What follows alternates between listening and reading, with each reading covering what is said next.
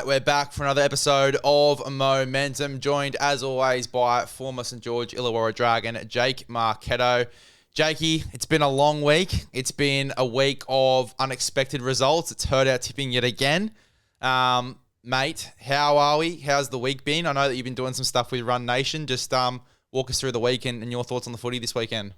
Mate, it's been another big week. It just feels like my weeks are getting bigger and bigger at the moment, which is great. I'm very grateful for that. The footy was good over the weekend. I thought there was I put a reel out on after that Bulldogs Panthers game, and I just thought the officiating was disgraceful in that game, to be honest. Not to any one particular team. I got hammered by the Bulldogs fans for a bit there because they think they thought I was implying that the Bulldogs were getting an easy run, but I just thought the whole game was pretty bad in the officiating department, to be honest. But some big news has come out, not just around footy, but storylines during the week. So I'm looking forward to talking about them tonight. Yeah, 100%. I think the big one with the officiating over the weekend, probably the disruptor rule and the fact that we've got referees, with different interpretations of it, which is understandable, but we've all got different interpretations of it as well, sitting and watching it as fans. Like, I don't think there's no commonplace definition for what a disruptor actually is and what it looks like, and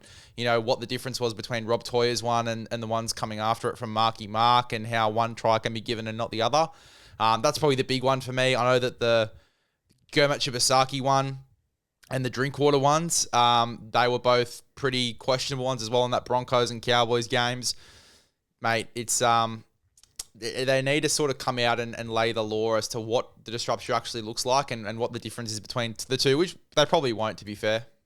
No, well, this is what happens when you over-govern things, mate. Like when you start putting out all these rules that end up contradicting themselves, the poor referees don't actually know what they're doing. Like, literally, that's what it looks like. It looks like they're guessing at times. And then the players get frustrated, and that's the product, is watching how well the players can display their skills. So it's becoming a little bit frustrating, and hopefully they can get to the bottom of it sooner rather than later. 100%. Look, that's probably all the airtime that we'll give it. There's been inconsistencies for a little while now, so there's no point in harping about it. Mate, I do want to touch on one of the bigger reports from the weekend, which was Jadyn Sewer. It looks like he signed a 3-year deal with the Parramatta Eels. Big signing for Parramatta. I know that they've got a lot of young back rowers at the moment, so I just don't know why they want to hinder those guys. But for Jadyn Sewer, I think it's a good move, and I think him next to Mitch Moses is a nice prospect. But if you're the Dragons, it's the last thing you want to hear. It's a great signing for Parramatta. I think Sewer will do a lot of good things at that club. I think he's a bit of an enforcer when he's on his day. I think he's probably the Dragons' best player when, if you look at who's played well for him over the past probably 2 or 3 years. Ben Hunt was up there, obviously, when they were there. But Sewer's been a mainstay for a long time. He's an Origin player. I think it's a massive loss for the Dragons. But I did read that they had halted negotiations with all current contracts to re-sign. So, if you do that and you've got players that are on the market like a Sewer, they're going to take up where they can get their stuff done straight away. So that's the business world of rugby league, and good luck to him. And Parramatta have a great back row coming to their club next year. 100%. And look, in them saying that as well, it's been weird. Like, it's almost been contradicting in the sense that they've halted all these extension talks with a lot of their players. Sewer's obviously one. Damien Cook was the one that was mostly publicised because I think that they were about to re-up him, and then they halted everything. But at the same time, like, Phillip Sami's just signed for 3 years, apparently, according to Fox. You've then also got Scott Drinkwater, which apparently the Dragons are the favourites for to sign. It does contradict itself a little bit. They've halted all current negotiations, but they're still going to go out and look to sign players when they're in this situation of, obviously Shane Flanagan's under an immense amount of pressure, and I guess that's the big reason as to why they've halted all these contract extensions, is because they don't know if Shane Flanagan's going to be the coach, and it's almost false promises if they're signing blokes. But yeah, it's a weird little situation. It's pretty contradicting though, isn't it, Jake? Well, it depends how you look at it. I can understand them halting who they've got there currently. If they're bringing in, players that, are better or in different positions, I can see how that can make a little bit more sense. I just found, if you've got a player like Jadyn Sewer on your books and you're wanting to keep him, you don't stall it, or you don't release to the media we're not doing any of these things at the moment. Like the media is also going to run wild with that too. You know what I mean? Like this could be a story upon this story now. Now they've missed out on signing Jadyn Sewell when maybe they wanted to keep him, maybe they didn't want to keep him, maybe they've got the crop coming through that they think can take over his position. But it's going to be different sort of team next year, I think, at the Dragons by the looks of it. And if Drinkwater does go there, he'll bring a lot. But in saying that too, like if he's looking at how well us as a club are going at the moment, he's going to be tentative. Especially if another team can come in and match or go further in the money in the years that the Dragons do put forward. Well, look, it's going to be interesting to see what the next few weeks look like. I think as well, you guys have got the Bunnies this week. That's going to be a pretty tough task, especially Bunnies off a loss in a game they probably should have won. You've then got the Roosters the following week for that Anzac Day clash. And then you've got a bye from then. I think there's a pretty tough draw after that. How long do you reckon Shane Flanagan's got, realistically, before they make a decision? I think by looking at pasts, besides the Seabold thing, they usually try to wait till there's a bit of a break in the season. So I see to the first bye when the gap, there's going to obviously be media around it if it does happen, but it's not solely focused on that week of rugby league coming. I think they may cut the head off the snake if the Dragons don't get a couple wins under their belts before the bye. Look to move Flanagan off then, and then after the bye, gives them 14 days to be able to put something together, and then try and start the season, I suppose, again after a bye and see how they go. But it'll be interesting to see how they do it. So do you reckon maybe, look, let's say, and it looks pretty clear, with the way the Roosters and Souths are playing, let's say you go loss, and then you got the bye. You reckon after the Roosters, if that's a loss, then Shane will be out the door? I'd imagine so. Just going off how I've seen things in the past, they wait to a certain period of time. Like if they do it right now, it's going to be detrimental. They need to have some sort of plan going into a sort of fresher part of the season, and I think they can put something together in the bye. They may be already making moves now. Do you know what I mean? Like it's a hard situation that the club's in. Like I can't remember another time a first grade NRL team's gone 0-6, possibly 0-8 before a bye. That's not even a good look for the NRL. We want the competition to be as competitive as possible, and just at the moment, the club that I love is not sort of living up to a standard where they know they can be, but they're going through a hard period at the time. And the thing is as well, to add a layer on top of that, you've obviously got Mick Ennis there, who's the attacking coach at the moment, and I think it's Dean. Is it Dean Young that's the defensive coach at the moment? Yeah, I know their assistant coach. I don't know their full exact role, but I know those two assistant coaches. Yeah, so let's just say that they look internal and they appoint one of those guys. Neither of those guys, to my knowledge, has any first grade coaching, head coaching experience. And, Shane Flanagan's a premiership winning coach too. So it's like there's not many other guys that are better that you could throw in right now after Shane Flanagan's out. What I will say is, I think if Shane Flanagan is let go, as you say, in that bye week, I think it's looking at this as sort of a bit of a rebuild. You make a couple of changes, you prioritise the young guys that are in there at the moment, and I think you sort of try and build towards the future. I know it's pretty early on in the season to be building towards next year, but at least just getting in a couple of those guys that you are going to be bringing in for the future. Maybe not Cade Reid if you want to sort of save him. But, the young forwards that they've got Dylan Egan coming back over the next couple of weeks. Jacob Halangahu and Locko Pacifica Tonga have struggled to sort of get into the 17 and play consistent footy. So I think that just prioritising those guys might be the key. What are your thoughts? Let's say Shane does get sacked. Is that what you're sort of doing as well, like prioritising some of the young guys and getting them sort of through?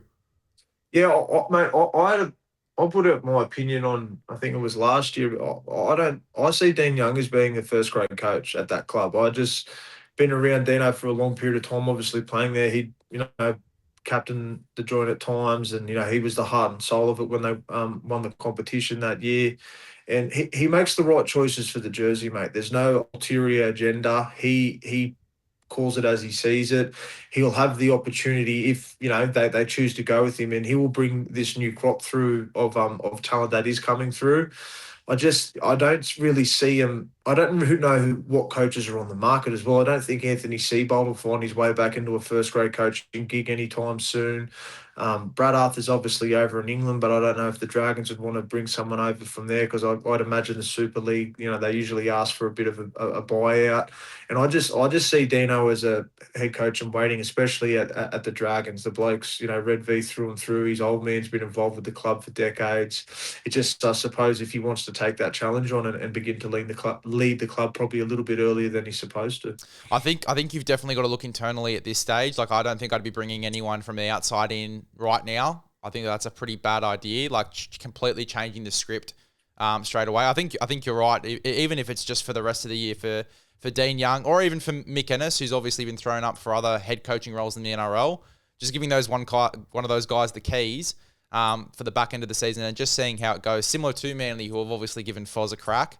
And that seems to be working out in their favour as well. The players playing up for him. Maybe the players at the Dragons do play up for Dino, and that triggers a little bit of a response. But it'll be interesting to see what they do. We will sort of leave the Dragons chat there and come back to it a little bit later, because there were some comments from Shane Flanagan throughout the week I want to touch on, but I want to wait till the Dragons game. I do want to touch on a positive though. Let's touch on a positive for the Dragons. Phil Sami. Apparently, he's been locked in for 3 years. They're just in the cooling off period at the moment. But apparently, he has signed a 3-year deal with the Dragons from next season. I think it's a really good buy. He's a guy that is probably in the peak of his powers right now. I think he'd be 26, 27, Phil Sami. But doing incredible things. Like, he's killing it form-wise in the NRL, on the wing there, at centre. No matter where you're playing for that Gold Coast Titans side, he plays extremely well.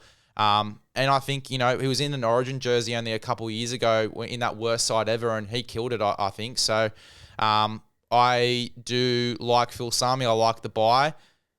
The only thing is, you've got a couple of younger guys who are trying to fight their way into this back line already internally.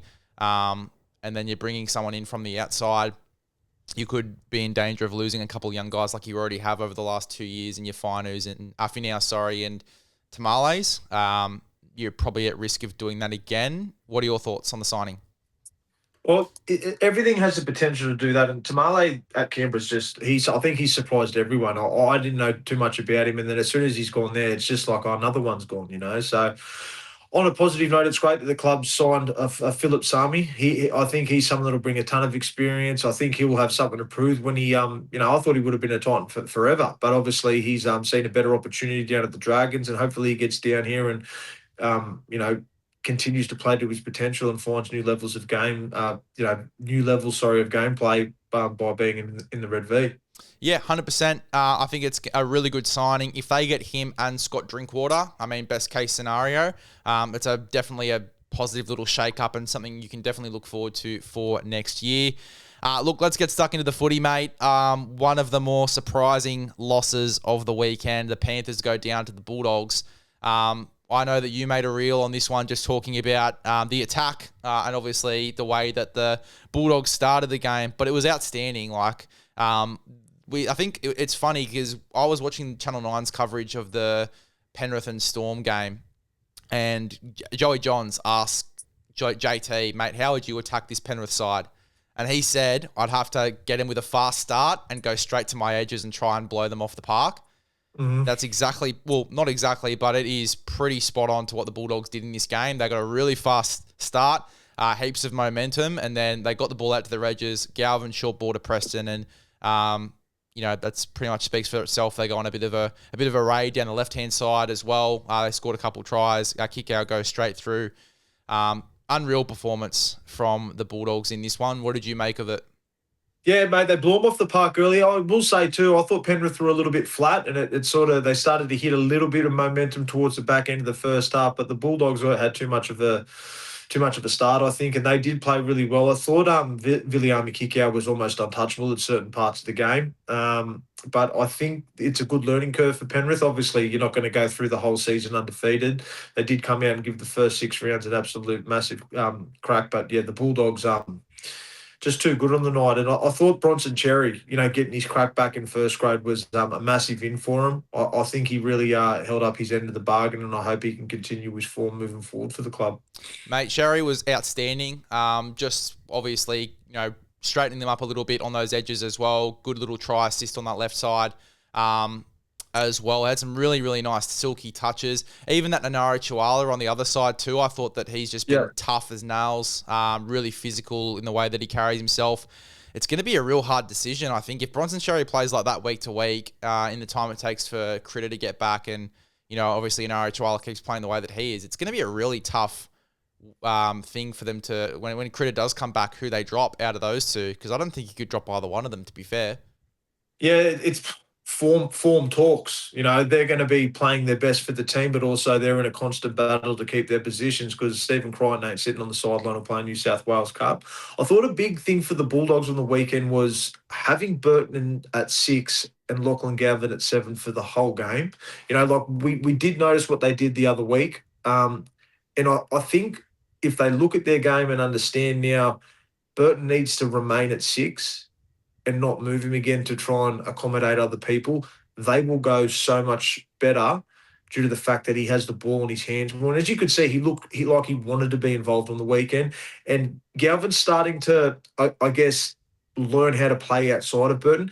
I actually feel sorry for Galvin in certain instances because if you're changing your 6 around all the time, how are you supposed to connect and be able to, suppose, become in sync when you're playing? Like your 6 and 7 need to be almost mirroring each other out in the field. And I think it puts a little bit of pressure on Gavin when there is chopping and changing with his halves partner. So I'm really happy that he got that experience on the weekend. And as you can see what they did, they put 32 points on Penrith Panthers. Like it's hard to score a try against Penrith at the moment, let alone 32. So that's a big in for them, and I think they'll build some confidence off the back of it. Well, before that game, they had only conceded like 12 or 18 points all year. So, yeah, it was an incredible performance by the Dogs. And just on Galvin as well, like the way he played a lot more square compared to previous weeks. He was playing a little bit more lateral, but he just squared things up really nicely. That combo with Preston obviously worked out quite well, and they sort of took advantage of two rookies there in Blaze Talangi, who defensively has had his issues, and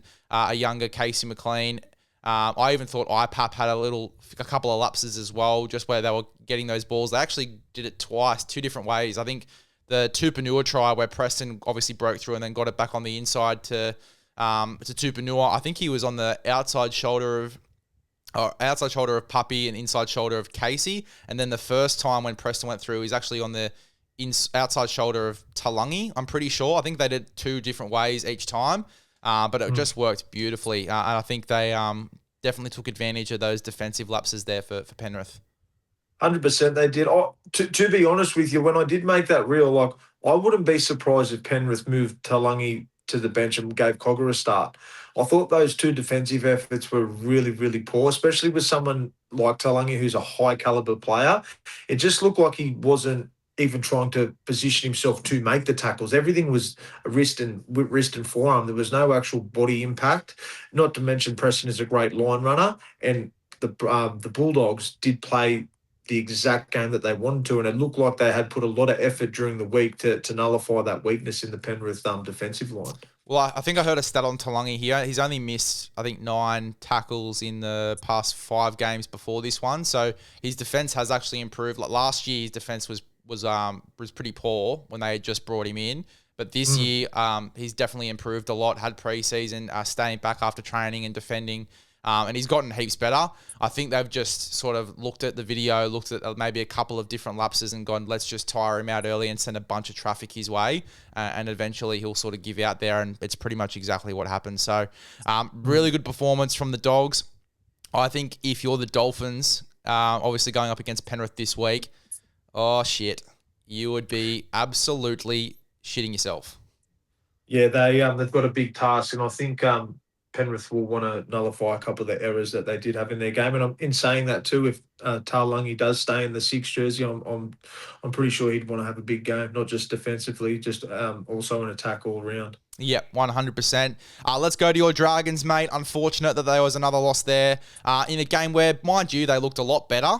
But it definitely, towards the back end of the game, I think after the Hetherington try, they sort of dropped off a little bit and Manly got on a bit of a roll. I will say Manly were outstanding too. They played a pretty solid game of footy for the most part there. Tom Travojevic was on. Garrick had the full field try there, which was unfortunate. But there were some good moments. What did you take away from the Dragons in regards to maybe some improvements from previous weeks? It looked like they competed a little bit harder. Like once they got that sniff just before the end of the second half, you could see their eyes lit up. It was like a bit of a weight had been lifted off their shoulders, even though the tries weren't like, fantastic ball movement. One was off the tap and Little obviously used a bit of footy IQ and got himself in. It was good just to see a bit of life come back into the team. And then obviously there was a bit of an arm wrestle happening just after the second half, but Manly sort of got themselves back into gear and ended up running away with the game and, put 28 points on. But, it's hard to just get a read on the club at the moment, mate. And, it's hard to watch, but I hope this weekend they can get the W. One thing that I sort of noticed, which I guess isn't a positive, which I was pretty surprised by one. Obviously, they moved the two centres back around, which you'd think would have solved a couple of the defensive issues. I'd argue that Val had probably one of his worst defensive games. I think against Garrick, Garrick tore him up a couple of times, and that full field try as well was pretty unfortunate. But just the first try even leapt straight over Val. And obviously got that ball down Ruben Garrick.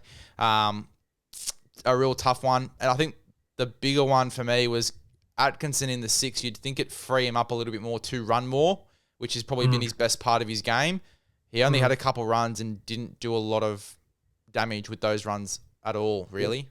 Yeah, they're playing with a lack of confidence, man. You can see it across the park. It's not ideal, and they're just going to have to continue to work hard and find that confidence, bring it back to life. I do want to give a rap to Tyrell Sloan. Besides his 3 errors, I thought he was actually really good. It looked like the back line had that a little bit more spark with him out the back. He did set up a really good try, I thought, for Setu too. Had a good finish. He actually slipped over, then got back up and scored the try. So it was great to see him get over. And I just, 195 metres, 25 runs, like that's massive involvement, you know what I mean? But just under 50 post-contact meters. So you could see he had the ball in his hand a lot. He was trying to get himself involved, which he did. And then hopefully, he depending if what happens this week, but I reckon their back line looks a little bit more life, like it's got life in it when he is out the back of it, and hopefully he can continue to build on his game and keep that ball playing up. And as I said, get rid of those errors and build his own confidence out the back there. We did say it last week too. We did say with Tyrell Sloan leading into this game, like we're just watching a couple of his cup games myself. His confidence in contact was a lot better, and even against the Titans, I thought, that try that he scored, bumped off the winger, goes over and scores. Like, he does seem a lot more confident in contact to when he was previously at fullback, and that was probably his main criticism when he would take those kick returns.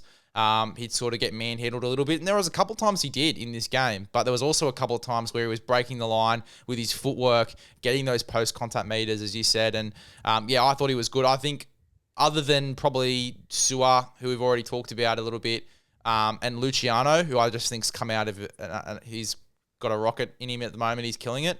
Those three were probably your best players, but I think Tyrell Sloan had a really good game, and I'd actually take more positives than negatives out of that for Sloaney. I think that, especially with Gutho out, was a really, really good thing. Luciano Leilua, he has been massive. I almost think with everything that's happened with the Dragons and all the headlines, it's sort of put a blanket over his form and how good he's actually been for the Dragons. He's had a really good game again here, just around 200 metres I think he got on the weekend. He was outstanding and has been. Yeah, mate. With how the team's going, you are correct. It nullifies some of the effort areas and good games that individual guys are playing, because it is a team sport. Like even the Couchmans. But, Toby Couchman's turned up every single game this year. 52 tackles on the week and just over 100 metres run. Like, there's guys in there having a decent crack, mate, for the jersey. It's just they can't put it all together at this stage. And it'll be interesting to see what happens in the next couple of weeks within the club and what sort of changes they do make, if any. So, I don't. It's hard for me to sit here and be overcritical because I want to see him do so well. And plus, I live down in Wollongong, mate. I'm a Wollongong boy, but just at the moment, it's very hard to give those massive, massive raps that you want to because the team's not travelling as well as it could, and the club's not going as well as it could. But some individual performances this year I thought have been outstanding. Just before we move off the Dragons, it's the last thing because you sent me the post before it had been sent to you, but just the comments from Shane Flanagan in the presser about like almost blaming Ben Hunt for their recent form. I think I really do think it was almost it seemed as though it was an attempt to sort of shift the blame and shift the focus elsewhere when realistically, the players have just got to stand up and have a big performance for their coach. And there seems to be obviously a lot of eyes on Shane Flanagan and, rightly so, with the form and whatnot. But it's almost like he's tried to shift the blame and shift the focus elsewhere off himself. What was your reading off those comments? Yeah, man, look, I had it probably sent to me 5-6 times today.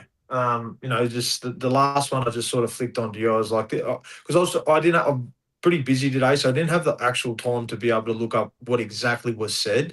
You got to take some of the stuff that is reported as as a grain of salt because things can be sort of twisted in that. But if he is coming out and stating their woes at the moment are due to Ben Hunt leaving the club, then I don't agree with that. Ben Hunt left 2 years ago. It's almost like Jason Rolls coming out and saying, "Oh, Gutherson should have taken what I give him." We're in a bit of a pickle at the moment, coming second last because Gutho chose to leave. It is what it is. It's the wonderful world of rugby league. Like when you're flying high, mate, it's the best. But when you're flying low, you can't sort of deviate from where it's sort of coming from. We've got to go back in to what's going on and try and get ourselves out of it. I think trying to pinpoint Ben Hunt as a little bit of the issue at the moment just wasn't correct at all. And hopefully what I read today had been taken out of context in some capacity because I guarantee it's how we're going as a club and as a team at the moment has nothing to do with Ben Hunt. Yeah, 100%. It was actually look, I found this a little bit funny. Yeah, Danny Wilder was interviewing Ben Hunt today in the Broncos camp and just checking in on the injury. And he asked him point blank about the comments that Shane made. And he had a little bit of a cheeky little comeback there. Ben Hunt, he said, I thought it was because I was too old and had bad habits. He came out and said in that press conference. So, yeah, look, bizarre comments. We won't touch on it too much more. We've obviously talked about Shane and obviously the next couple of weeks and what might happen. So we might leave it there. We'll go to the next game, the Broncos and the Cowboys. We thought that the last game of the round was going to be the game of the round. This was most definitely it. This was an outstanding game of footy. 35-31, the final scoreline. One of the weirdest scores you see in rugby league. But this game had pretty much everything and so much to take out of it. What were your thoughts on this one? Mate, what a game of footy. And before we start talking about it, Thomas Duffy. What a game for a young man to play in the Queensland battle, North Queensland versus the Broncos at Suncorp.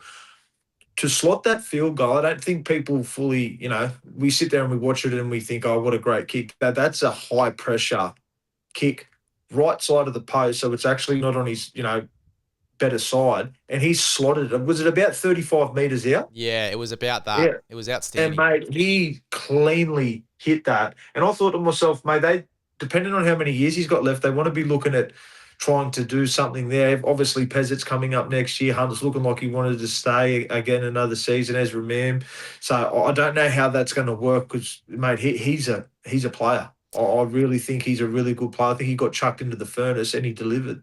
Yeah, well, there is a bit of chat going around that he might get the spot over Pezzit, and Pezzit isn't guaranteed that halfback jersey when he walks into that building. And after that game, we'll have to wait and see a bit more because it is only one game. But gee, it's a big thing to come out and say. Duffy's a great player, and he's obviously carved up in Queensland Cup the last couple of weeks. But Pezzit's had a couple games under his belt and looked pretty good. Obviously, mind you, Parramatta aren't going well, and thus the halves can't go too well. And it's the first year those two have been together too, Moses and Pezzit. So I think people are being a little bit hypercritical after a couple of games. But yeah, look, we'll have to wait and see. Duffy, though, I mean, you can't take away a lot from that performance. He was unbelievable. One game, but I tell you what, he was a really, really good showing from him. Kicked that field goal, but just a couple of the other moments, like the little kick for Tony Staggs and the ball that he threw out wide for one of those tries as well. Just like some really silky. And this is a guy as well that, you know, like at the start of last year, had a crack for the Cowboys, and he only had maybe 2 or 3 games and got hooked immediately from Todd Payton, and we didn't see him for the rest of the year. So he's come out and made a statement there 100% in a big game against the Cowboys, who are flying at the moment.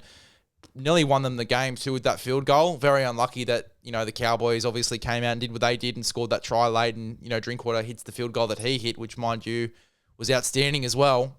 But yeah, Tom Duffy, unbelievable performance. The Broncos are going to be in a tough spot. Apparently, Adam Reynolds is going to come back. I seriously doubt it. I don't think there's much point in naming Reno each week and then pulling him out just before kickoff. Just give him a couple weeks rest. Like, especially if you've got Tom Duffy here. Why are we playing Adam Reynolds if he's banged up? Like, it's round 7. Like, just let Reno rest. Let him have the time that he needs to fully recover. You've got Tom Duffy that had a really good game. You've got players coming out of this side anyway, like Blake Moses broken his jaw. He's going to be out for a while, the backup hooker they had. Corey Pakes has got an injury. I've heard chat that Jordan Ricky has been limping at training, so he's going to be out as well.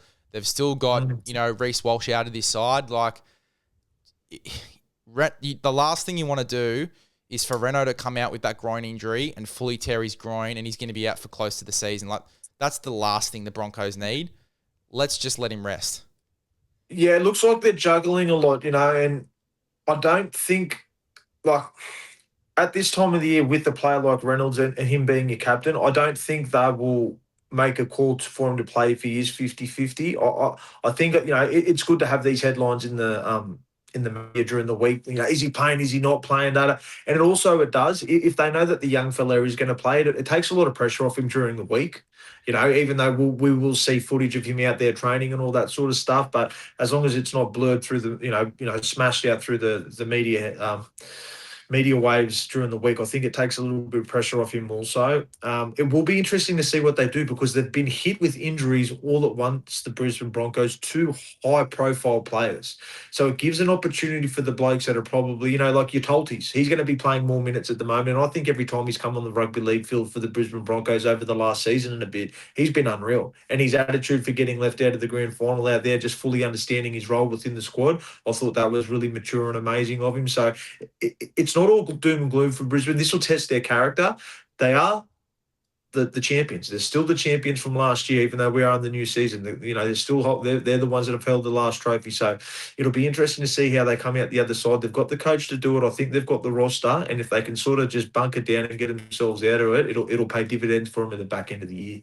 Mate, just quickly, what about Payne Haas almost going down with a hamstring injury just before halftime, and he ends up playing 69 minutes and running for 200 metres?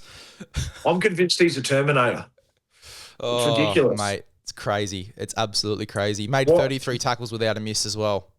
He's a freak. And while we're on middles, I just want to toot my own horn again, please, if that's okay. Go for it. Jason Taumalolo, I don't know, 3-4 weeks ago, remember what I was saying about him? So he's played 48 minutes, 19 carries, 241 metres, 64 kick returns, post-contact metres, 85. He's gone through and made, where's his tackles? I just want to have a quick look here. 16. He's made 16 with 2 misses. So he's pretty much out there destroying the middle third with his carries and making the tackles where he needs to. But like 48 minutes to get 242 carries, carrying meters. That's 2015 Jason Taumalolo there. Yeah, and to do it against Payne Haas, Paddy Carrigan through the middle, who both of those guys played majority of the minutes as well. That's absolutely insane. I will say this. I made a call last week, or sort of brought it up. Mate, I think you'd have to play him starting for Maroons if you're Billy Slater. Yeah. I think he's going to force his way in, especially now that he's eligible. It's just like one of those Billy Slater picks I can just see happening. He has to be in the mix for Origin, doesn't he? He has to be. Yeah, 100%. I don't think you can leave him out. Another guy I don't think you can leave out is Jackson Purdue. His form of late has been unbelievable. 200 metres in this one, scored a try, pretty insane try as well, mind you. Broke through the middle, just ran the field. He has been outstanding. What are your thoughts on Purdue and Chester too, by the way? Both of them unbelievable in this game. Mate, the whole back five for the Cowboys was unbelievable. Zach Laibart, 176 metres. But back to Purdue, he's a cheat code at the moment. What about the speed? He reminds me of Darren Lockyer when Darren Lockyer first started playing first grade. He just glides across the ground. He doesn't even look like he's running fast, but he is. He just moves, mate. He just glides. So, he may be there in the squad. It'd be great for him to get some experience. Obviously, just re-signed for the Cowboys for $800 million for the next 4 years, which is massive for him. Congratulations. So, they've invested a lot in him. They see exactly what we're seeing, and they are probably seeing it every day up there. So, he's made his leaps and bounds, and I've got no doubt he's got rep footy written all over him in the future, if not this year. There's been a bit of chat, and I want to get your thoughts, because I honestly think, especially with the chat around Drinkwater going elsewhere, do you think Purdue's probably their long-term fullback? He has the potential to be. It's funny how they're going to do this, the Cowboys, because Drinkwater's still got solid rugby, at least another 3 years of solid rugby league in him. I'd imagine if they've invested that kind of money and years into Purdue, he'll be playing in one of those positions, either in number one, or he was also a 6 coming through the grades, I heard also. So I think he's going to, if you're going to put that amount of money into someone in years, he's going to be taking up one of those jerseys. And, obviously the rumours Drinkwater's moving to the Dragons. You can see how those pieces shift at the Cowboys. Well, they've also given apparently Murray Taulagi permission to negotiate, and apparently he's been shopped to the Roosters. I'm not sure if you saw that today. No, I have seen that actually. That's a strange one for me. I think they're freeing up space in the cap and just getting these young blokes in. I think they're just going all in on these young guys. I think Purdue is probably going to be the fullback. I don't think they expected Chester to be playing the way that he is. They've also got that young Viliami Vailea to come back into this back line. They've obviously got Laybutt there. Braden Burns to come back as well. They've got a good team. They've got a really good roster. They're just under the radar. So I think they're going to go all in on these young blokes. I can see that. I want to put something to you too, because I spoke about this fella when he went up there, and I was waiting for him to get his crack, and he got it on the weekend. Sonny Luke. Now, I don't know if you noticed, once he got out there, the actual momentum changed for the Cowboys, and you could see with these little feints, obviously the try that he scored also, he does go a bit rogue. I will put out there was sometimes I'm going, well, why is he going that way for? It clearly needs to go this way. So he does have the potential to be a bit rogue, but I thought he was a really big difference for the Cowboys when he did get on the field at in that early part of the first half. It's so interesting, right? Because Robson's been there for so long, and Robson's very get to your corners. He had a couple of runs here and there, but he's a very simple style number 9. Reid Marnie's pretty similar. He can have a couple of really nice flashing moments out of the 9, but he's also very just pretty simpleton. Sonny Luke's a bit of a live wire, and it's funny to see a live wire number 9 come out, and the Cowboys start to sort of lift around him as well. He got 74 minutes in this game. Reid Marnie only played the first couple of minutes. I'm not sure if there's an injury there or what happened, but Sonny Luke got majority of the minutes in this game, and he played well for the most part. Yes, I agree. I think there's definitely, you need to put a little bit of a rein on it, especially with how many attacking weapons you've got in this side. He's definitely got to pick his moments a bit better. But gee, he played well. He played very, very well. There was a couple of runs there where I was like, oh, that was nice. It was nice. It was good to see. The try, mate, that when he got the try, fainted one way, come out, chucked the dummy to no one, then just put the right foot step on, I think it was Xavier Willison in the middle part of the field, then ended up scoring under the post. And I thought, you know what? Good on him, because that's what he had been waiting for, that opportunity to get in the game in one of those solid parts of the first half and be able to show what he could do, and he did it. So good luck to him. Well, the teams that we're about to talk about next, Sonny Luke was on a training trial at the Rabbitohs before going to the Cowboys. I'll tell you what, I'm spewing we didn't keep him because he would have been a good guy to have there as depth. But let's talk about the Bunnies. Obviously, losing to the Canberra Raiders 34-36. What I will say is that this was the first half was awful for the most part. I thought that the first half needed to be a lot better from South Sydney. They sort of got a bit confused once Jai Gray went off, and there was so much confusion. There was about 2 sets there where no one was at fullback, and then Latrell goes back there and sort of takes a bit of time to adjust. The second half was so much better. Like, Latrell just came out of the blocks and go, all right, sweet, I'm the fullback, let's go. Had some really nice carries, set up 2 line breaks there, 141 run meters, did some really, really good things, and then the boys just played off the back of it. Cody Walker gets 2 tries, Humphrey scores as well. I'll tell you, look, first off, what are your thoughts on the game? Do you think the Rabbitohs are their own worst enemy? They've got so many attacking weapons in this side where sometimes you just look at it and go, is it a little bit too much? It's a bit too much happening. I think, though, my opinion, I'll answer my own question. I think they are their own worst enemy because they do have too many weapons at their disposal. Yeah. I think it'll be interesting to see if Latrell plays fullback this week. I think Jai Gray gives him that really good balance on both sides of the field when he plays fullback, and it allows Latrell to come into parts of the game when he feels like it. But I just, from what I've seen from Latrell when he got into fullback, it was like, give me the fucking ball and just let me see if I can get us out of this. And he did. I thought he did at some stage. So I'm really hoping Latrell Mitchell can take that mindset of, okay, now I'm at fullback now, so I'm going to have the ball in my hands a lot more. I need to make sure I'm playing 10 out of 10s. I'm still taking the yardage carries. I'm feeding the ball where it needs to go. And if I see an opportunity, I'm going for it. So it's going to be very interesting to see how the Rabbitohs look this weekend. Can I give you a bit of an inside scoop? You should.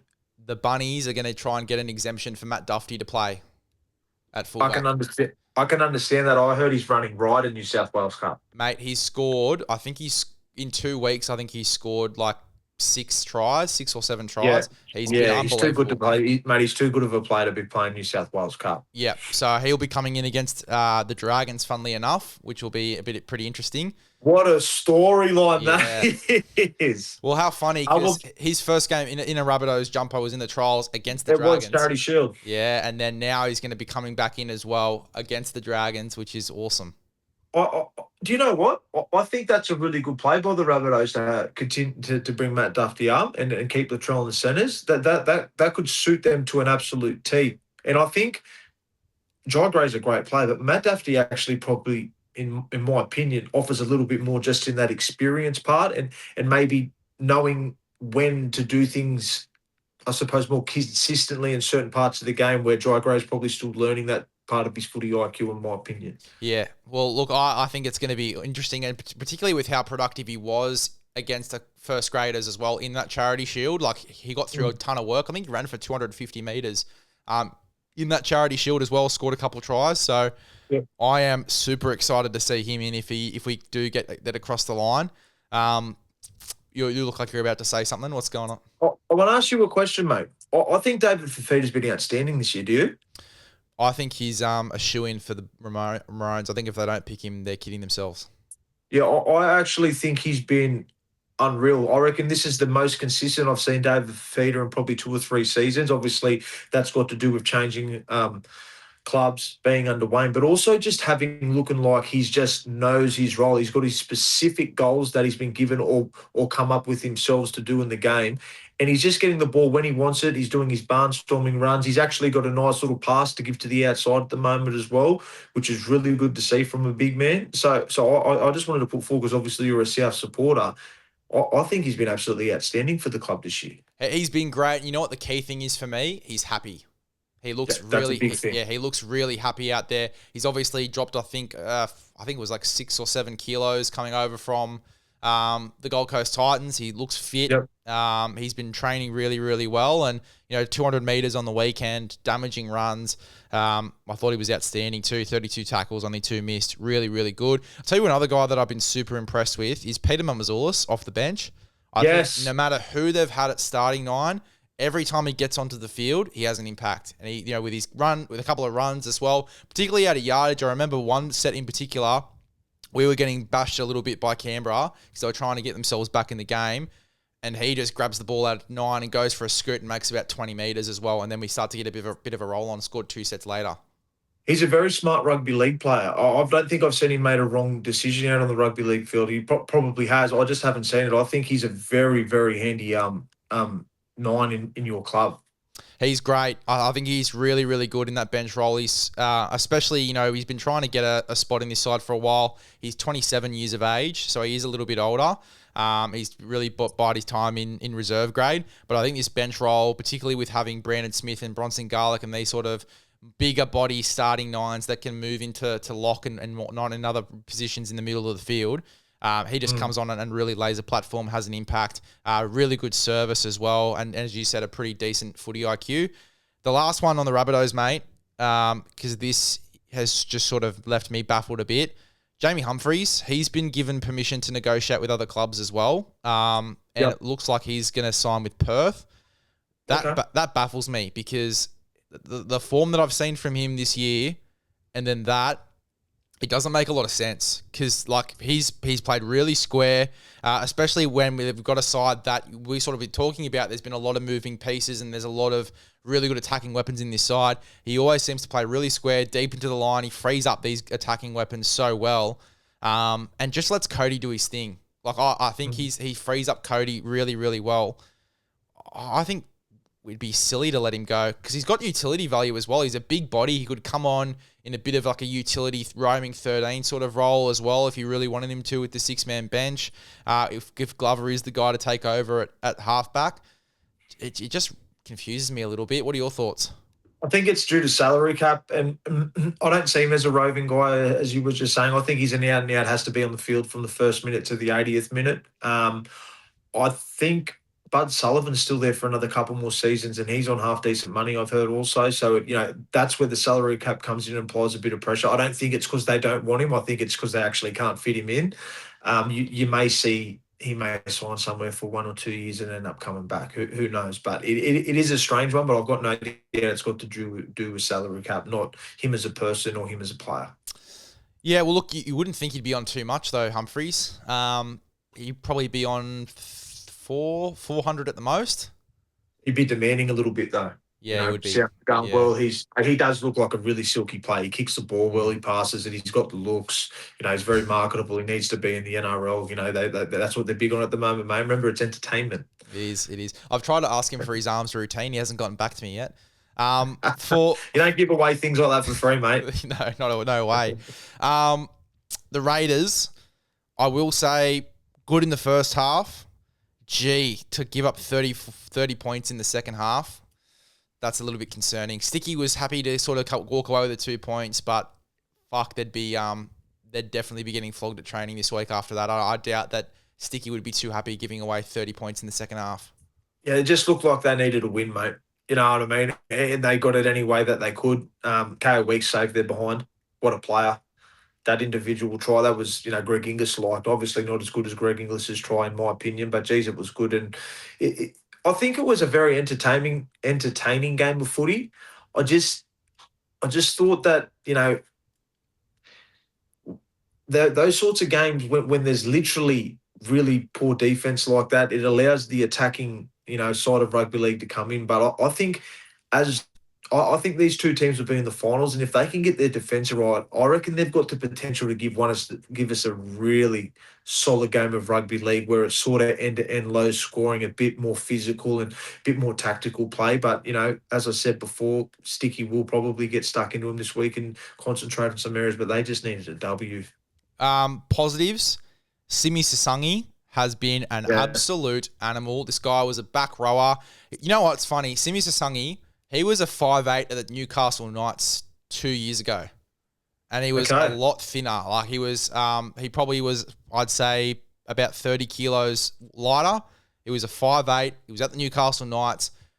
They take a chance on him over at the Canberra Raiders. They put a lot of size on him and they throw him in the back row. Goes all right. Second year at the Raiders, kills it. And last year, goes into that Samoan side, kills it for Samoa, and now he's a starting centre for the Canberra Raiders. He's getting 240 run meters, 2 try assists, 2 line breaks, 8 tackle busts, 12 tackles. Just an absolute animal. Yeah, he's doing more to get their sets rolling. I think he'll keep himself there for a little while now. It looks like he's made it his home out there.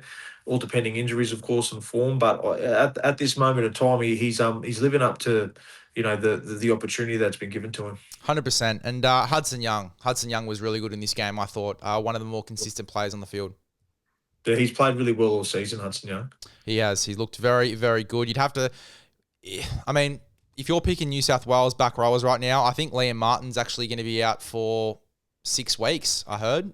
They were saying on Bloke. Yeah. So do you reckon favourites for New South Wales, Hudson Young, Jacob Preston? At the moment, you'd have to say yes. And while we're talking about Origin, I just want to throw, I've got Katoni Staggs and McLean as my centres in Origin. Mate, Katoni Staggs to me is the form centre of the competition, along with McLean. It depends on how long Critter's out for me. Yeah, I don't know. You can't bring him straight in like that after not playing for 6 or 7 weeks, can you? But it's Critter. Like, he defended on him by himself on an edge. Critter. When Suwali went off, was a huge part of us being competitive in that game. I don't know. I think Staggs has been unbelievable.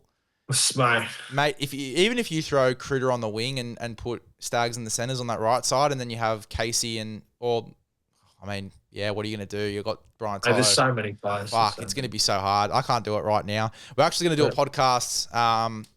I won't give too much away, but I'm doing a podcast with a couple of other creators, and we're going to do a little roundtable selection.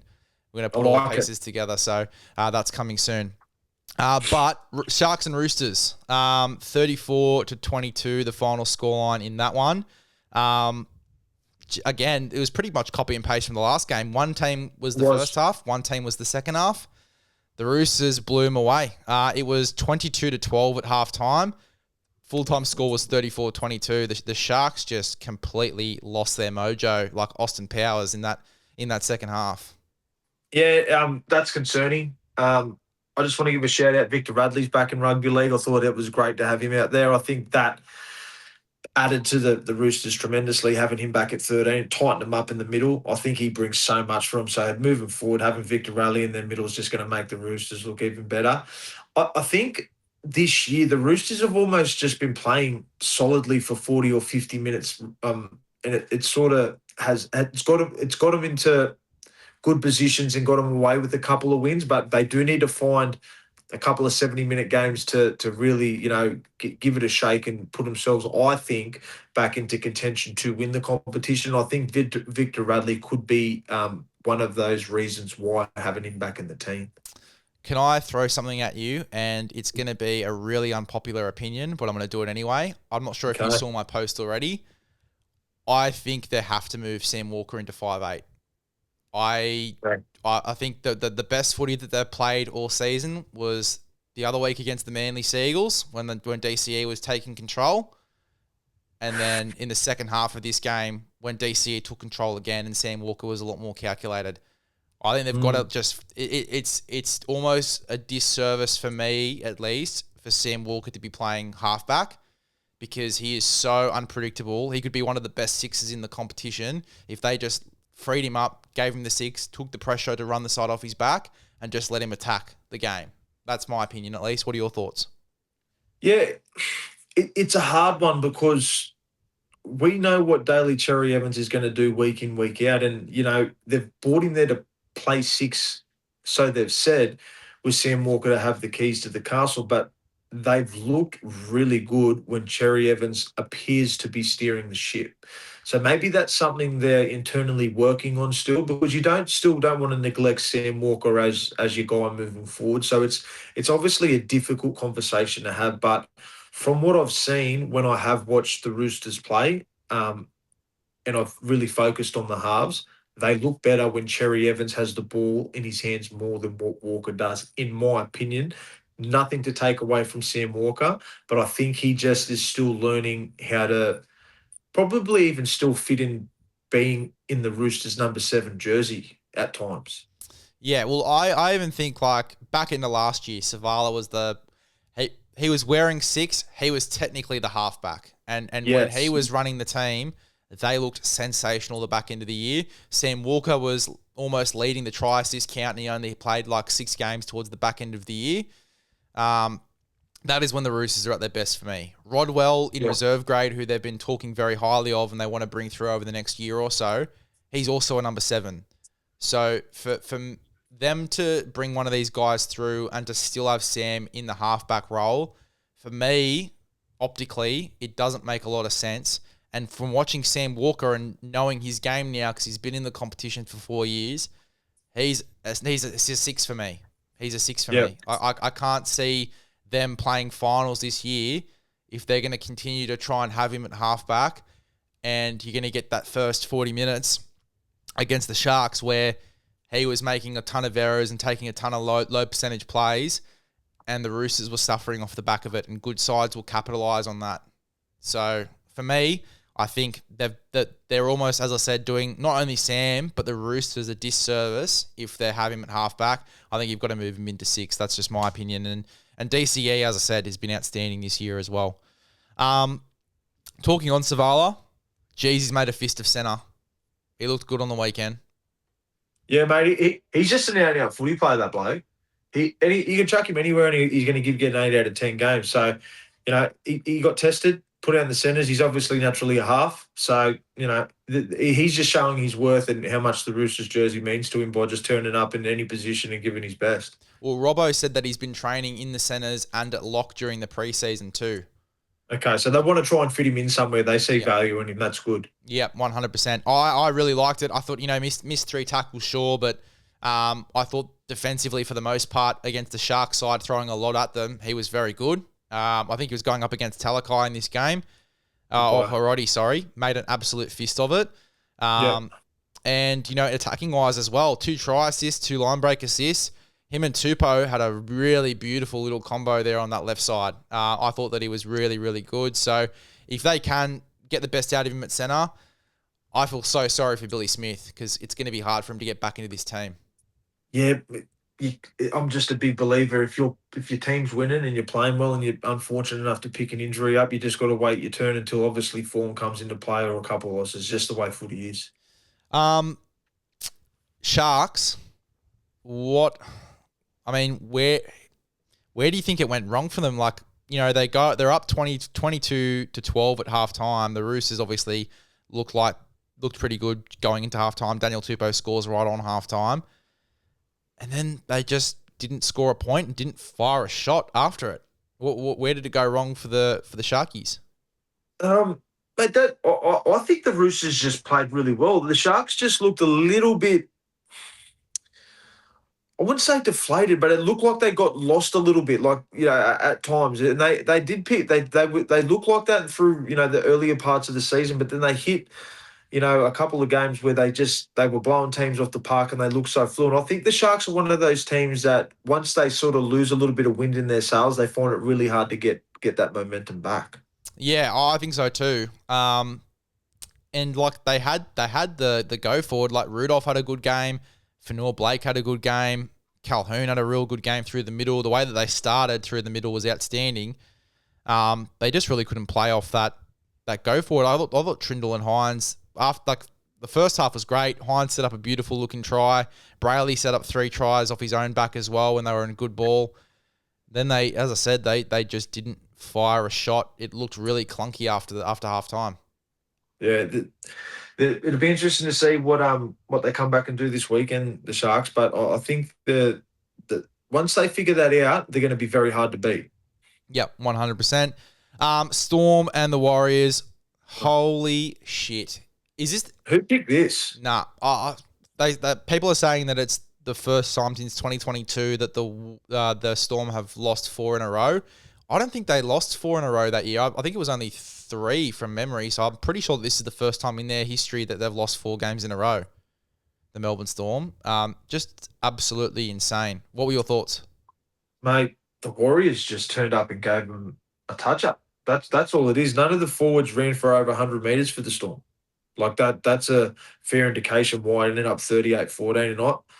I was a bit worried, as I stated, when Metcalf was coming back in the team. I just thought, mate, that has the potential to throw him off a little bit. And I'm not condoning, I'm happy that Metcalf's not playing or anything like that. But looking at how the Warriors were going when he wasn't there compared to when he did come back into where it is now, I think they've got to take a serious look on what happens when Metcalf does get healthy again, and if they do just blood him back in off the bench, and he can get to figure out where he actually fits in the team instead of just chucking him back into the number 6 jersey, because you need to be winning games early on in the season. And when your team's playing like this and gone to Melbourne and put 38 points on them and played really well, you know you've got something brewing over in New Zealand. 100%. And if you're the Melbourne Storm, for you to, like, you've lost 3 games in a row. It's game at Amy Park. You've got a record over the Warriors. Like, for them to not win this game and to not be up for this game is just bizarre. Yeah. Like, absolutely bizarre. I don't know where to from here from Melbourne, because I don't know if this is a quick fix. Oh, it's very difficult, mate. Like, they're in a position like where I haven't seen before. They're like the Dragons almost to an extent. 0-4. I understand the Dragons have lost 0-6 on the trot, but the Storm are looking a little bit shell shocked. Also, they actually don't know where to turn to at the moment. Jackson Ford, is he right? He needs his temperature check, that bloke. 80 minutes in the middle again, and just, mate, 175 and with 36 tackles, 1 miss.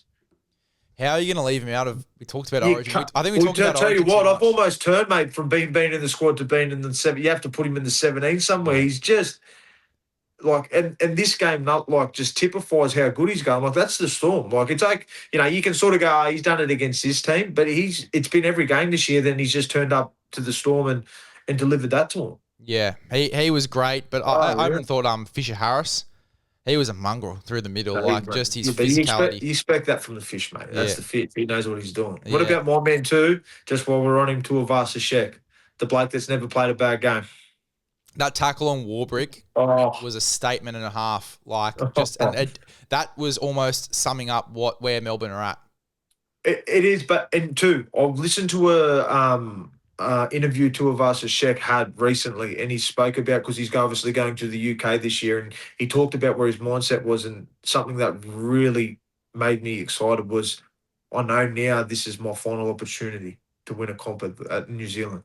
Like, so that's where he said mind is at. I've got no doubt that's seeping into every other player in the New Zealand Warriors staff included to get a trophy this year. We're talking about Rogers' big tackle. What about Chanel Harris-Tavita one-on-one with Josh King, and then gives him an absolute mouthful? I love it. Love it. He's Chanel Harris-Tavita. He's almost like a 13 playing 6 because of the size of him. He can handle himself, and this isn't a one-off thing. He's actually laid a couple of blokes on their backside, a couple of times during the years. He's actually really, really good at it and has a great tackle technique. Well, who did he get? He got someone before. Josh King was the big one, but he hammered someone before in one of their spread sets. Just trying to remember who it was, but he leveled someone. I might have to reach out to him, see if he wants to come and do RNC. Yeah, might as well. I think he'd kill it too. Even Dimitri Valmunga off the bench I thought was good. That Tanistower Smith was an animal. Like, the forward pack for the Warriors were great. Roger we spoke about. Tanner Boyd, I think the fact that, people are sort of criticising and saying, he hasn't scored a lot of tries, so he's sort of dropped in form a little bit. The fact that we don't notice Tanner Boyd is a good thing.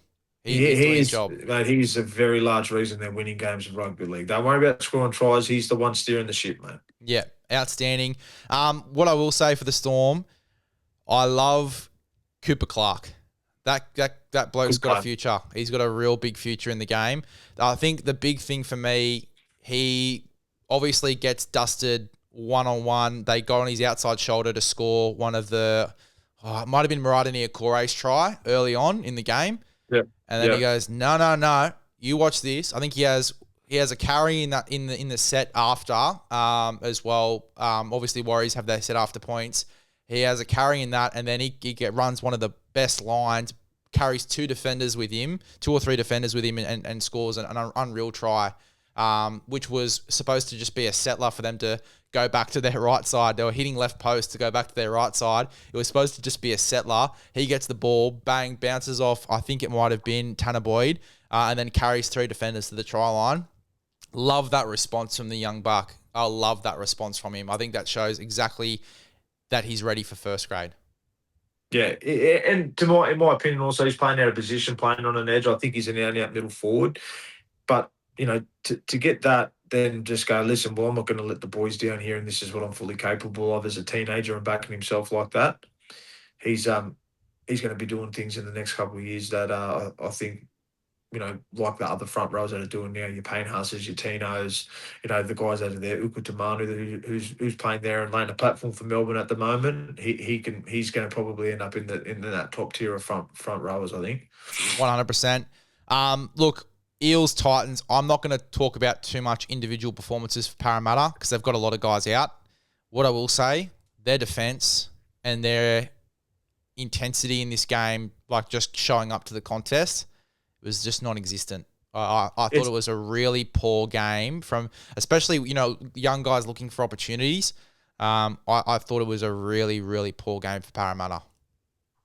It's going to be hard for the Eels, mate. They've lost a lot of players to long periods of injuries.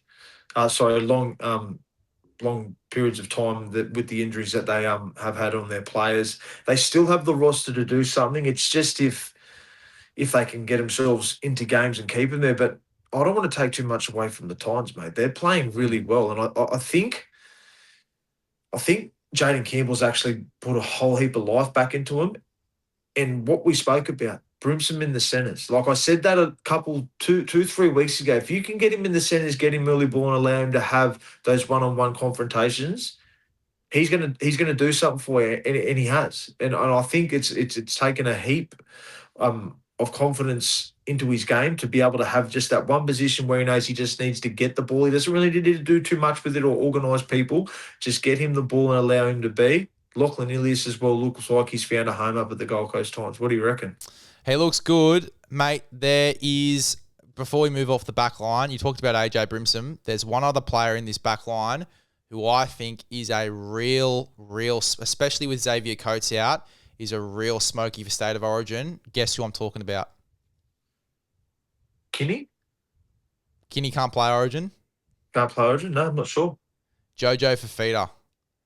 Oh, really? That is a smoky. Mate. I wasn't even looking at him. I thought, because I'm going off, I know Kinney's an absolute freak, but yeah, okay. Statistically, he's the second best defensive centre in the competition. And I think if you remember back to last year, that was one of the big reasons why Rob Toyer was picked. When no one was expecting Rob Toyer to be picked in his rookie season, he got picked for State of Origin from Billy Slater. I think Billy's got those sort of picks in him, and I think Jojo Fafita is going to be one of those guys we don't expect to land in this side, but I think he'll be there.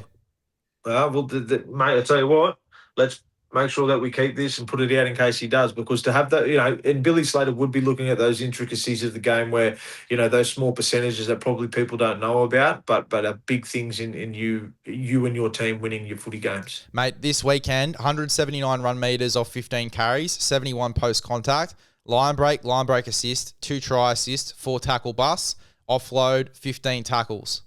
And he's usually a winger. He's only just moved into the centres. It's a big game. He turned up and had a massive crack, and he's done it pretty much all year. So you are right. I think he may find himself in the talking table of when the Origin team's getting picked. 100%, mate.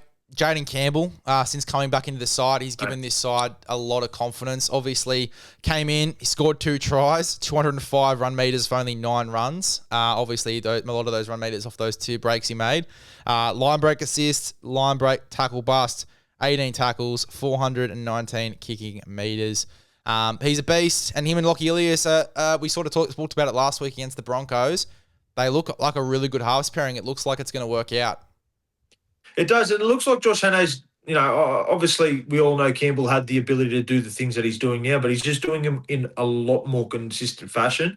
And I think Josh Hanna has, sort of honed in on Campbell, because it wasn't like he's come back from injury and had to find his way back in. It was like he just got given direction on what to do And he's just gone out there and done it. And he hasn't looked back. And the Titans have, mate, they just look better when he is in the team. And I was a bit skeptical, to be honest. Like I was a bit skeptical if he was up to what he's doing. But they have the roster around him to allow him to flourish. And that's what's happening at the moment. And, mate, I'll tell you what, the Titans look like they've got some momentum at the moment, and who knows what they can do over the coming weeks. It was Tino's best game as well this year.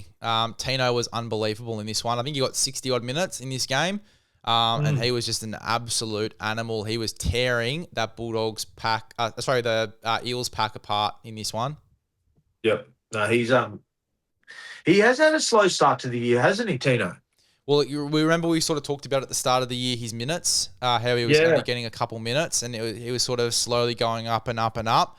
I think he's sort of starting to hit the sweet spot, and I think Hannah's going to start to get the best out of him. So he was good. They had Moran off the starting in this game as well in the front row, so small bodies with Moran and Randall, and then Tino obviously having to do a lot of the work there. I thought he stood up. I thought he played really well. And then you have that really nice little rotation with Cooper Byer coming off the bench and also Mo Fodawaker, who I thought's been great the last 2 weeks. They're doing good things, the Gold Coast Titans. I'm keen to see if they can continue. And a guy we didn't even talk about, Keanu Kinney, like, holy shit. Bloke's a freak, mate. Yeah, he is an absolute animal. Tigers and the Newcastle Knights, 42-22 the final scoreline. I thought this was going to be the closest and the best game of the round. But the Tigers, it was probably the second best game of the round behind the Broncos and Cowboys. But I am so excited for the Tigers. They're playing good footy. And when the Tigers are playing good footy, it's good for the game. Mate, they are playing a different style of footy to everybody else in the competition at the moment. They're playing to their strengths. Like Adam Dewey's come out. He's looking like an immortal. He's just playing to his strength. Jock Madden's come in and doing an outstanding job. Doreen Buller looks like he's starting to come into a bit of a purple patch of form. You've got Taruva on the wing who's just won't shut up. The bloke just looks like he's always constantly talking, and the ball gets to him and he finishes on those tries. Their forward pack's just working together. I'll say that I reckon they've got the best second row pairing in the competition. Like, there's just a lot to look at. And then you got number 9, Api Coruscant, just locking him down in the middle. Tyrell Mayer pretty much just named the whole squad. But I'm super stoked that the Tigers are going well, because they had a tough period there for a long time, and it looks like the squad believes in what Benji's doing for them, and they're showing on the field, because they're turning up and playing for the jersey and their coach. I will say this. I've already said this on my podcast when we were doing the review, but I think with the whole chat around Brayley and Robson for New South Wales, I think Api Coruscant has gone largely under the radar for his form this year. He's been unbelievable. Mate, he's a great option. You know what I mean? Like, if you look at it, depending on where the club teams are sitting in the form, they usually go with someone whose team's going better. Now, Api Coruscant is a rep player. He can go in there and give you exactly what you need. He's the captain of the club, so he's going to make mature decisions out on the field, and usually the right one every single time. He'll play the role he's supposed to. And one thing too, he is very strong in defence. So there's no liability in that middle third. He'll sit people on their bum if he gets the opportunity. Well, I think as well, if you're going to go with either Brayley or Robson at starting 9, you could carry him on that 6-man bench, and you'd know that if you need to take one of those hookers off for a spell, that Appy's going to come on and do a really good job for you. So I think we're talking about Origin Smokies here, and I think we've been talking about Origin too much on this podcast. We probably need to lay back a little bit. Yeah, we do.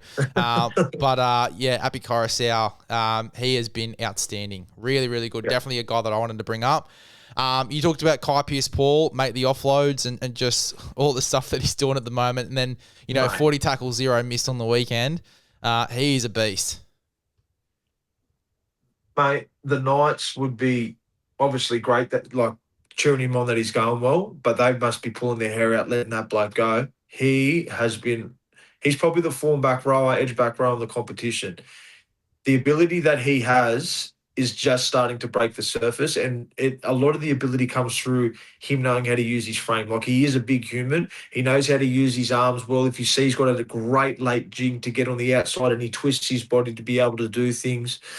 He can take that tough carry if you need him, but he's also got a bit of ball playing skill. So he's the whole package at the moment, and a lot of things are coming through his side of the field, and he just looks like an absolute freak. You know what's so funny as well? Over the last, I'd say, couple of weeks, we and a bunch of other people have been talking about, oh, it's great. Alex Torr's playing these massive minutes and it's taking so much pressure off Terrell May. Terrell May can play less minutes and, not have to run for as many meters and you get more out of Terrell May. Alex Twal, 77 minutes. Terrell May, 68 minutes. And in those 68 minutes, he scored a try, 23 runs, 224 run meters, 90 post contact, line break, 4 tackle busts, offload, 35 tackles, 0 missed. Yeah, it's massive, and it's not a surprise that the West Tigers scored 42 points with their forwards laying that kind of platform for them. So as you can see, the outside backs, the halves and the forwards, they're all playing in sync, because when your forward pack and your outside backs are stacking up those triple-digit meters, it just gives the halves so much time to be able to, set themselves up on the right side of the field, hit the right spots, and then play the right plays. So it's no surprise that they end up putting 42 points on the Knights. And then our boys, Sione Fainu, Royce Hunt, and then even Seyfarth, just laying a beautiful little platform off the bench too. I thought they were great. And what about... They've cut... Yeah. Sorry. You go.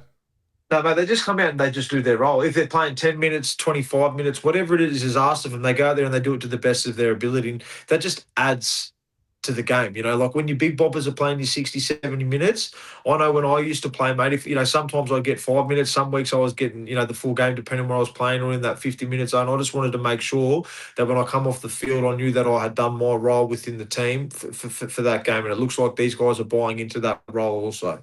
And then just a shout out as well, and he had an unbelievable performance. But what about the feel-good story of Patrick Herbert? Yes, mate.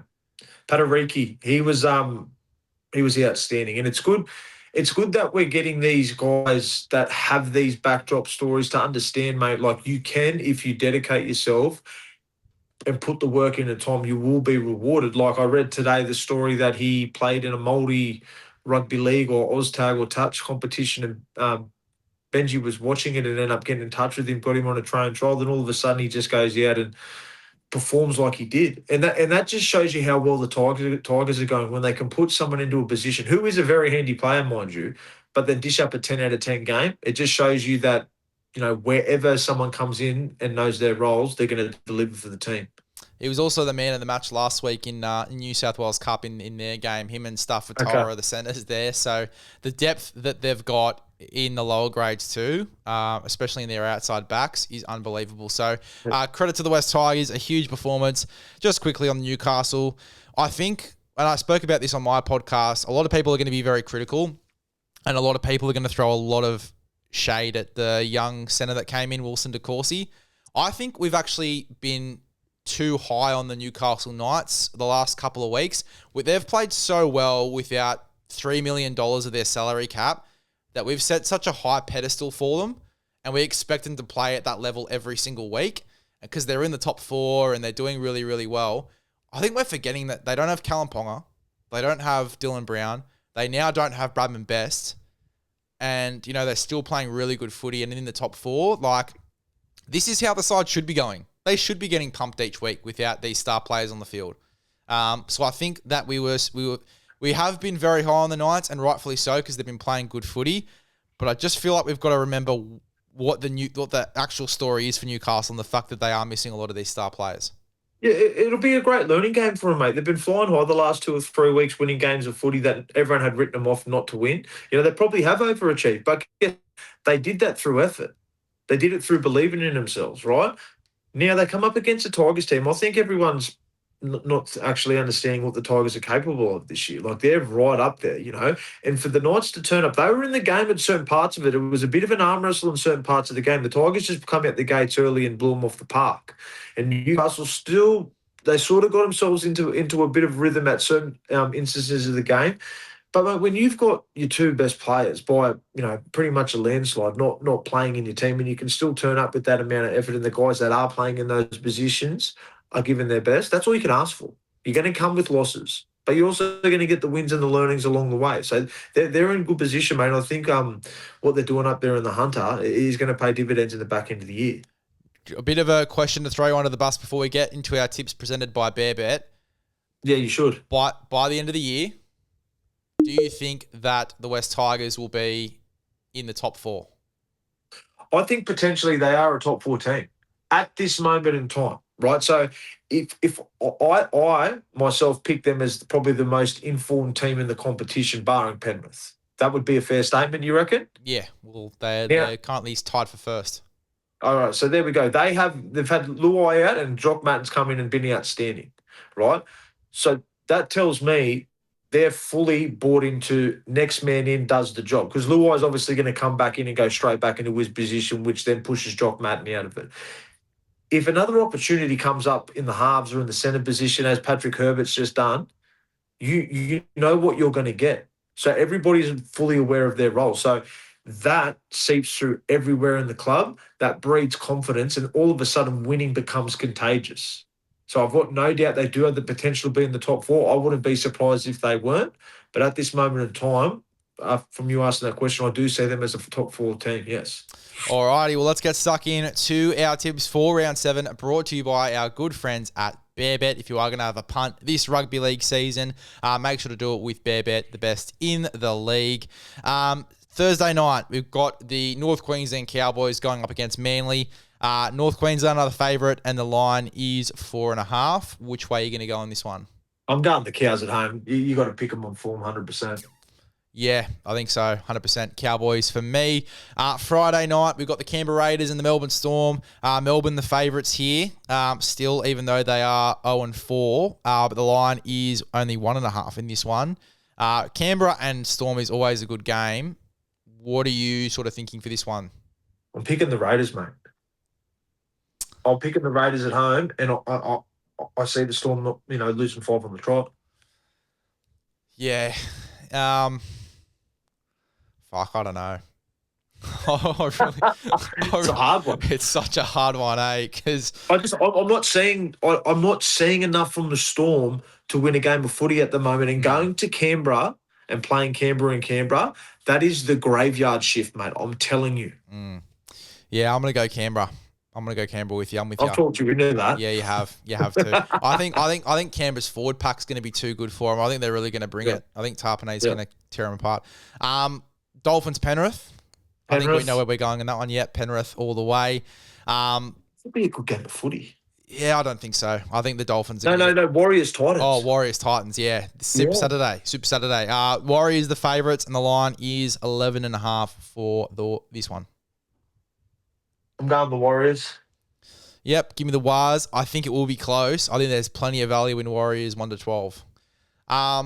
Let's go to South and St George. South Sydney the favourites in this one, line 13.5.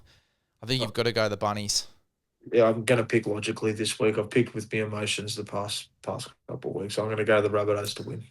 All right. That's hard for me to do, man. Fuck, that's hard for me to do. Yeah. I imagine. Tigers and Broncos.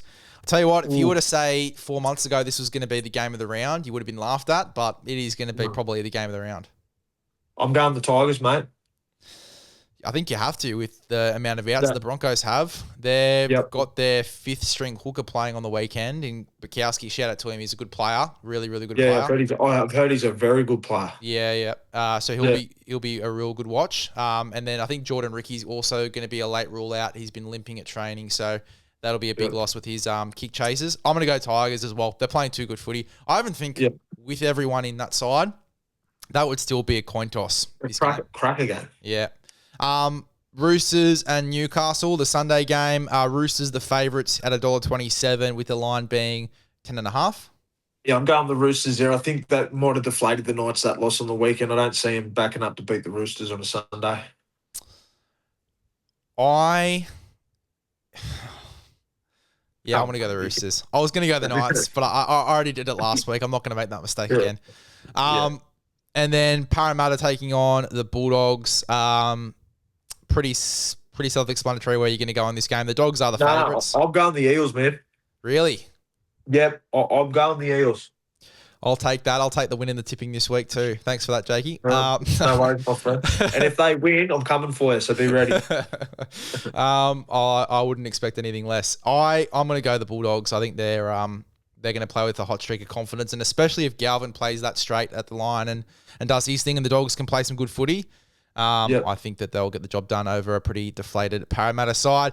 That's another week of momentum. Make sure to go ahead and subscribe. Guys, On Track Meals, can't stress this enough. If you want to level up your nutrition and you want to get into the best summer shape, it's the winter now. We're getting into winter, but going into next year as well, if you want to get that summer bod going into next year's summer, make sure On Track Meals, 10% off using the code MOMENTUM. And then breathies, you can see Jakey, he's chewing his nails there a little bit, but he's got his breathies on. Make sure to go ahead and use the code MOMENTUM to get 10% off on your order by using the code MOMENTUM there. Breathies, it'll change the game for both training and recovery as well. Jake, an absolute pleasure. Keen to see how you go with the tipping this week, hopefully a little bit better. See you, my friend. Enjoy your week. Will do.